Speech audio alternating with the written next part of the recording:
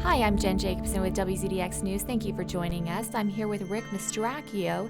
He's a former NASA astronaut and currently works as an engineer. So, Rick, thank you for your time. Give us a little bit of a background on your history in working with NASA. I saw that you first worked as an engineer before you became an official astronaut. That's right. I started at the Johnson Space Center as an engineer, worked my way up into mission control, worked as a flight controller in mission control for maybe a dozen or more missions supporting the space shuttle program, and then was selected as an astronaut about 20 years ago. And then since that time, I've flown 3 space shuttle missions and did a long duration stay on the International Space Station. As you know, the city of Huntsville, Alabama has a great contribution and a great role in NASA's mission to Mars set for 2030 as far as the manned mission. What are some potential hurdles that you might see in the manned mission to Mars in 2030 to make sure that happens? There's many challenges, obviously. We have to build a series of vehicles in order to get to Mars. So at the Marshall Space Flight Center, for example, they're building the SLS, the Space Launch System. This is a heavy-duty rocket to push our hardware off of the planet Earth and get it into a lower orbit. So Marshall is developing the SLS, or the rocket, if you will. Here at JSC, we're developing the Orion capsule, and the service module is being developed over in Europe by the European Space Agency. So those are just some of the components that we have to put together, and that gets us into low Earth orbit. And then the Orion vehicle will then fly beyond low Earth orbit, for example, to the moon or eventually to Mars. So the big challenge is designing and developing the SLS, the Orion service module that goes with it, but that's not it. Then we have to build. We can't just go to Mars in a very small capsule. 4 people can't go to Mars cramped in a 4 capsule on a 2 or 3 year journey. We have to build some kind of habitation module that will attach to the Orion capsule, so while they're transiting from Earth to Mars, they have some place to live and exercise and work. And then, of course, if you're going to land on Mars, then you need some kind of landing vehicle, kind of like the old Apollo lunar lander. And, of course, if you're going to live on Mars, you need a habitation module on Mars. So these are just some of the big challenges that we have to do. There's a whole series of vehicles that we have to design and develop and then build. And, of course, one of the biggest challenges is pay for all these vehicles. So that's just a few of the challenges we have right now. Absolutely. Now, have you been to Huntsville before and visited the Marshall Space Flight Center and a lot of these places that contribute to NASA's success? Have you been out here before? Of course, many times I've been to the Huntsville Space Flight Center. That's part of our normal training and part of our normal work as astronauts is to visit the Huntsville Space Flight Center, and because they were a key part of the Space Shuttle program, and they're a key part of the Orion program now. In fact, I was out there just a few months ago as part of my Orion job. Going forward, what are some of your responsibilities, if any, trying to work towards this goal? Well, my current job is working in the astronaut office as the Orion lead for the astronaut office. So my goal or my tasks are to basically oversee the design of the Orion vehicle and the service module from an astronaut's perspective, make sure it's a safe vehicle, make sure it's an operable vehicle, help them design the cockpits, the seats, the suits, the displays, and things like that the astronauts are concerned with, of course, and make sure that they're kind of look over the engineer's shoulders as they design the systems. And we have folks here in our office also who do the same thing with the SLS. We have an astronaut following the SLS. We have astronauts following all different portions of the Orion systems.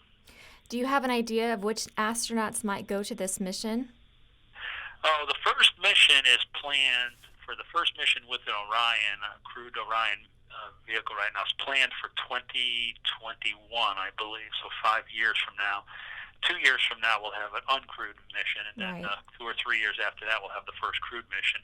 And that mission will have, right now we're thinking it'll be 4 astronauts who will basically fly to the moon. They will orbit the moon for a few weeks and then come back home. They won't land on the moon, but they'll orbit the moon for a while and then come back home.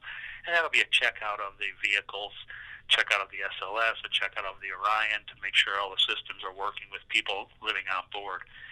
No, we have no clue who's going to be on that mission yet since it's 5 years away, but It's probably folks that are astronauts who are in the astronaut office at this time. We have a cadre of about 45 folks, so it's probably going to be people will be selected from that group of folks. Yeah, that's very exciting. Now, hundreds of thousands of people across the nation are working towards this goal, and a handful of people go up into space. As an astronaut, tell us how space affects your body. Oh, okay, yeah. Yeah, I've been fortunate enough to do 4 missions, and your body goes through a lot of changes when you leave the planet and you get into a zero-G environment or a weightless environment as you circle the Earth. Your body goes through a lot of changes. Your body, because of the lack of gravity, your body kind of expands and stretches, so you get a little bit taller. But it affects your back. So some people will have back problems. Your eyeballs. We're seeing some of the pressure changes in your brain, which puts pressure on the back of your eyes, which changes the shapes of your eyes. So we're seeing changes in vision. Of course, some of the short-term effects are a lot of blood because you're no longer in a 1G environment. A lot of the blood kind of goes up to your head, and so you get you get kind of a puffy head. You get kind of headaches, and until your body adapts to it. So your body goes through many changes when it gets into a zero-G or a weightless environment. And then, of course, when you come back, whether it's a 2-week mission or whether it's a 6-month mission, I've done both. When you come back, your body has to go through those changes again and readapt to a 1G environment. So those are just some of the obvious things that we're seeing. Of course, we have scientists and doctors and all kinds of folks looking at even more of the changes in terms of your bone density, because when we're up there for 6 months, it's very easy to lose bone density and muscle mass because you're not walking on a daily basis. So we have to exercise 2 hours a day. We have to run on a treadmill using bungee cords. We ride exercise bicycles. We have a weightlifting machine that uses kind of a resistive exercise device, we call it. So we have to exercise 2 hours a day just so when we come home we can walk and maintain our muscle mass and bone density. Right. So, how long did it take for you to adjust, and was it quicker coming home to adjust? Was that easier on your body? Well, it really depends. It's actually it depends on the individuals, and it depends on how many missions you've done.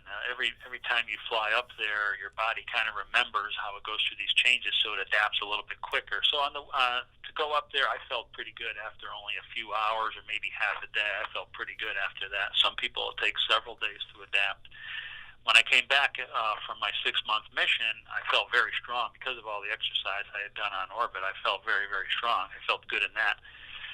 From that perspective, but because you're in a 1G environment now, your neurovestibular system is not used to it. So basically, you're dizzy. You kind of feel like you just got off an amusement park ride and your head is spinning, and that takes a few hours for that to go away. For me, now some folks it may take a few days. The operations payload manager from the Marshall Space Flight Center told me a little bit more about the veggie program that NASA is working towards, including growing crops such as lettuce and tomatoes. Have you had the opportunity to eat those in space? No, the veggie program actually, it was on orbit. It just arrived on orbit when I was up there about 2 years ago. In fact, Steve Swanson and I set that veggie hardware up in the European service module, or in the European lab, Columbus module, and we just started the plants growing. And then I came home. So that was about 2 years ago.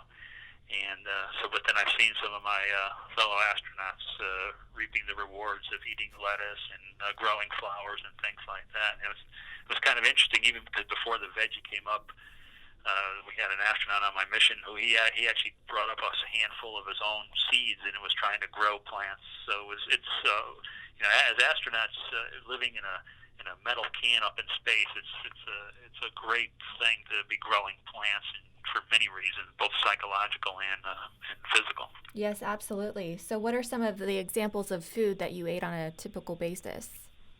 The food on Space Station, it's pretty good food, and there's quite a bit of variety, that's for sure.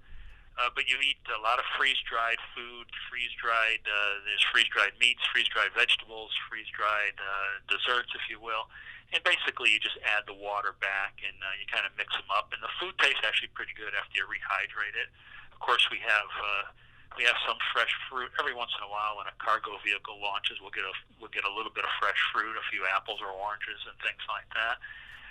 And then you have the kind of like the MRE meals ready to eat that the military folks eat. It's basically like a a thermal stabilized envelope with maybe a pasta or a meat or some kind of chicken in there.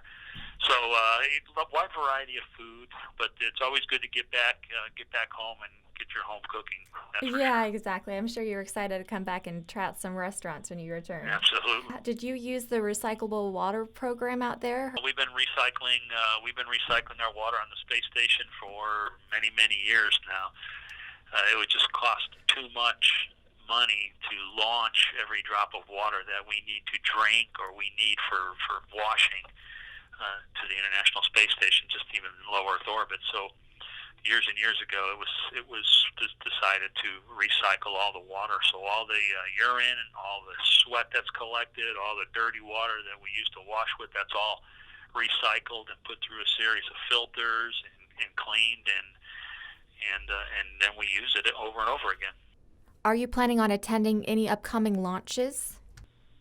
Oh, I sure hope to. We have the next launch is about 2 years away. That will be the EM-1 mission. That will be an unmanned Orion vehicle launched by the SLS built there in Marshall, and that will take this unmanned vehicle and it will orbit the moon for a couple of weeks and then come back home and splash down off the coast of California. So I sure hope to go down and watch the launch. That would be definitely a great thing to see. Now, diving back into space, tell us a little bit about the experiments that either did or did not work living on the International Space Station. All experiments work to a certain extent. We have, when I was up there, I believe we participated in probably about 200 different experiments or ongoing investigations up on board the space station.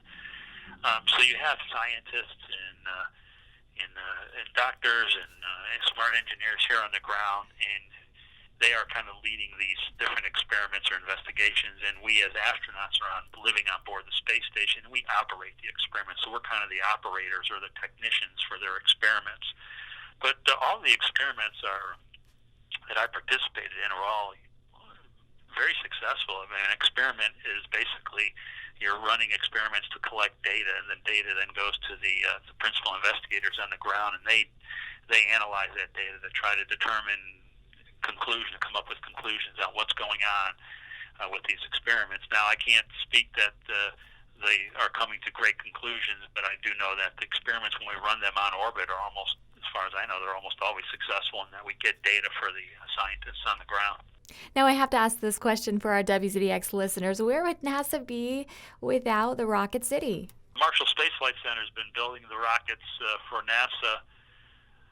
They're a key part of NASA back since the 60s. So they built the Apollo rockets. They built a big part of the space shuttle, the external tanks and engines, and now they're building the space launch system in the SLS. So obviously the folks at Marshall designing and building the engines and the rocket bodies have been a key component of NASA since the 60s, and obviously without them we'd just be a spacecraft sitting on the Earth with no way to get off the Earth. So obviously Marshall Space Flight Center is a key center for NASA.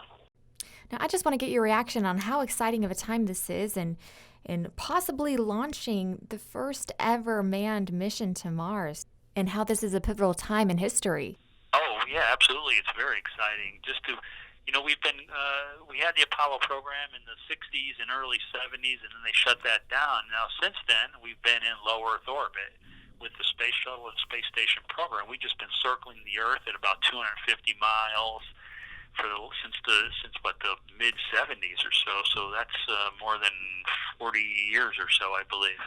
So we haven't left low Earth orbit since the Apollo days in the very early 70s. So it's, as an astronaut, as an engineer, as a big fan of NASA and space exploration, it's very exciting to think that we're about to go beyond low Earth orbit again, even if it's just to the orbit of the moon to start with, and then eventually onto Mars, who knows, 20 years from now. But it's all very exciting. But there's a lot of work also. On the other hand, it's exciting, but there's a lot of work, and it's going to keep a lot of scientists and engineers in developing great products and great ideas for many years. Absolutely. A lot of work ahead, but a lot to look forward to. Rick Mastracchio, former NASA astronaut and current engineer. Rick, thank you so much for your time. You're Really welcome. appreciate Thank it. you.